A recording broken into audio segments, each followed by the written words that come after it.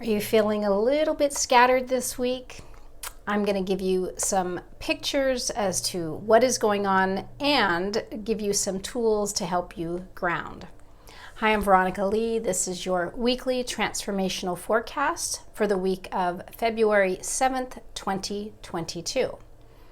So one of the pictures that I'm seeing, it's almost as if, the top of the head is wide open and there's just all of these little maybe antenna just everywhere, and information is just flooding in.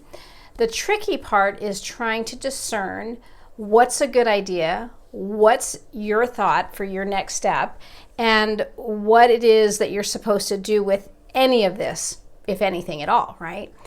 So energetically, when we start to shift into higher realms of, awakening and consciousness, what happens is we become more and more in tune with our own intuitive knowing, and we become more open to, let's say, collective downloads. In the past, collective downloads might just be changes that are happening within us that we may not necessarily know about or are conscious about, but we might have some feeling or some shift in consciousness or awareness. But in this particular energy frequency, it's as if, like I said, the brain is wide open, there's no top, and we're completely open, and information is just all over the place, and it's just a matter of sort of discerning and figuring out. The mind loves to understand and categorize, right? It divides and puts things in order and helps, us understand where we are, where we're going, how do we get there. Whenever you're open completely like this, it's as if there is no method to the madness, and it could be all over the place and we don't know what to do and can feel overwhelmed. So the first thing I want to share with you is this idea of discernment.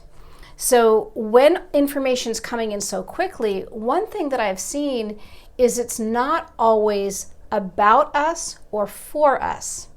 So one example is I have a client I was working with many years ago who asked me during her own reading, what she should do with all these patents. She kept having all these great ideas and thought about this and thought about that, and never really followed through, and wondered maybe something was wrong with her because she wasn't really having the for the energy to follow through on these great ideas.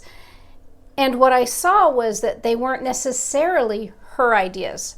They were ideas that were coming into the collective, and because she was so open, she was picking up on them.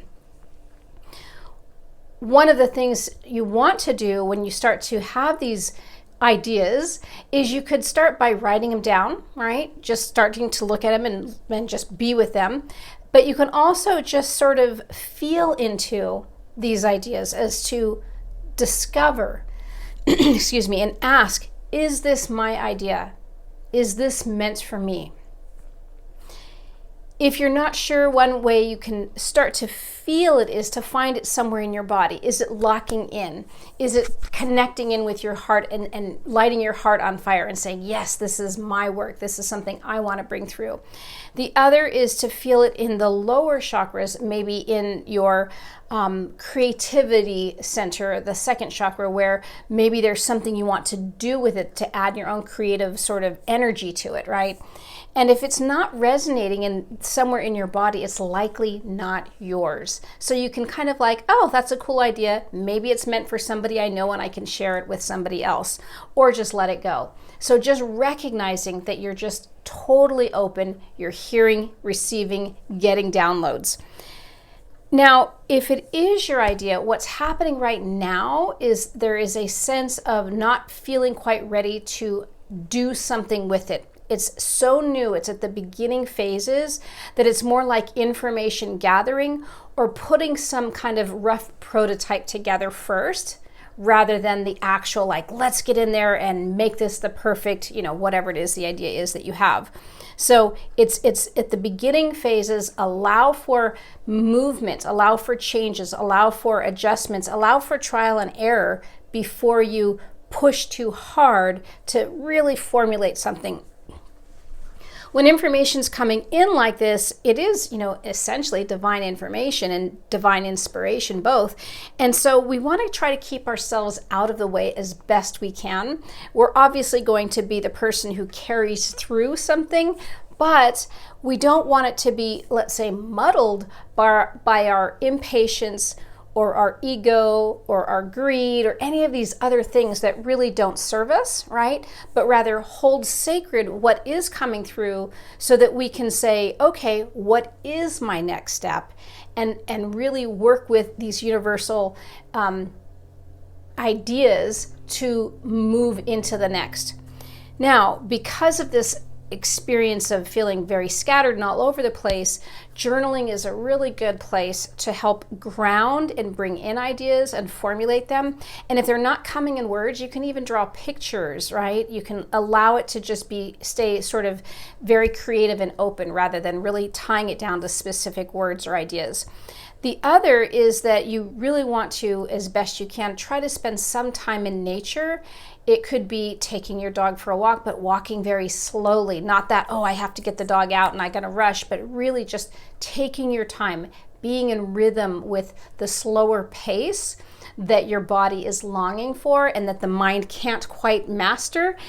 And then the other, of course, would be to maybe do some kind of yoga practice or some kind of breath work or something that really slows you down and brings you into your body.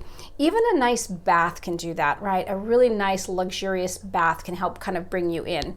So the energy of this week is not about the doing quite, it's the doing-ish.